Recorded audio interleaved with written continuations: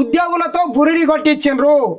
గత 10 ఏళ్ళు కల్వకుంట్ల కుటుంబం తెలంగాణ రాష్ట్రంలో అధికారంలో ఉండి ఏ రకంగా ఈ తెలంగాణ రాష్ట్ర సంపదని లూటీ చేసిండ్రు ఒకసారి మనం చూడొచ్చు. ప్రతి శాఖల ఇట్లనే చేసిండ్రు.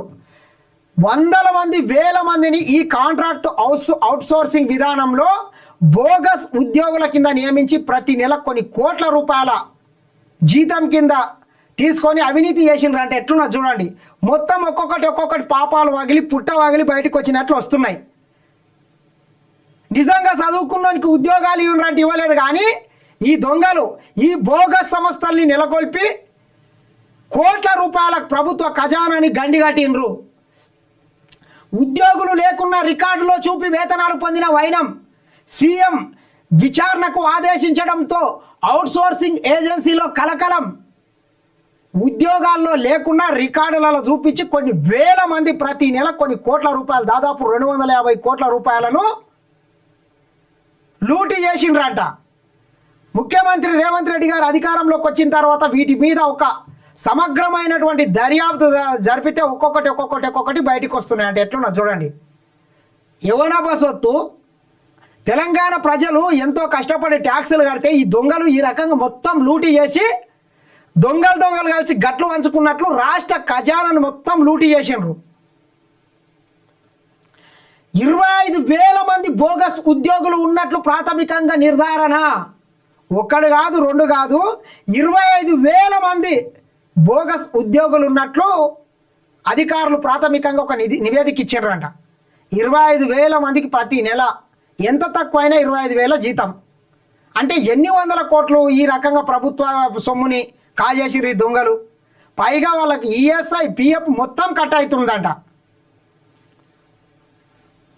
రంగంలోకి దిగిన కలెక్టర్లు ఖజానాకు నష్టంపై ఫోరెన్సిక్ ఆడిట్ ఏజెన్సీలపై క్రిమినల్ కేసులు నమోదు చేస్తున్న అధికారులు.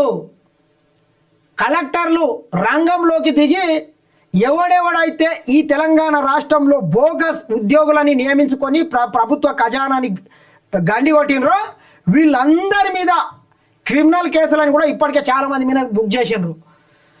రాష్ట్రంలో ప్రభుత్వ విభాగాల్లో బోగస్ ఉద్యోగుల కుంభకోణం మరోసారి చర్చనీయాంశమైంది. రికార్డుల ప్రకారం తెలంగాణలో 1,75,000 మంది అవుట్సోర్సింగ్ ఉద్యోగులు ఉన్నారని, వీళ్ళలో 25,000 మంది ఉద్యోగులు నిజంగా లేరని కానీ వేతనాలు పొందుతున్నారని కలెక్టర్లతో మంగళవారం నిర్వహించిన సమావేశంలో ముఖ్యమంత్రి రేవంత్ రెడ్డి పేర్కొన్నారు.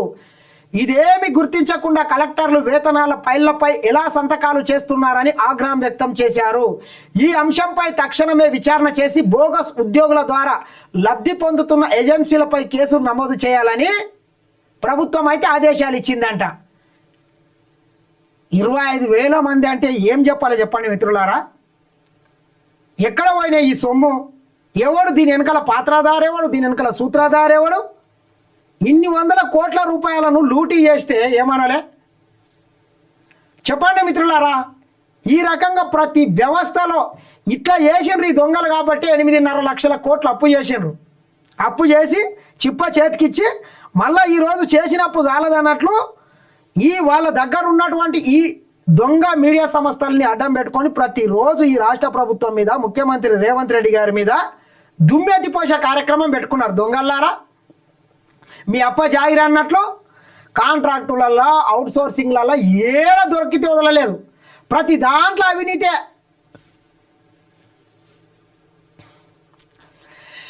ఫైనల్ కా ఇంటికా T20 ప్రపంచ కప్లో నేడు ఇంగ్లాండ్తో భారత్ సెమీస్. ముంబై వేదికగా ఆమె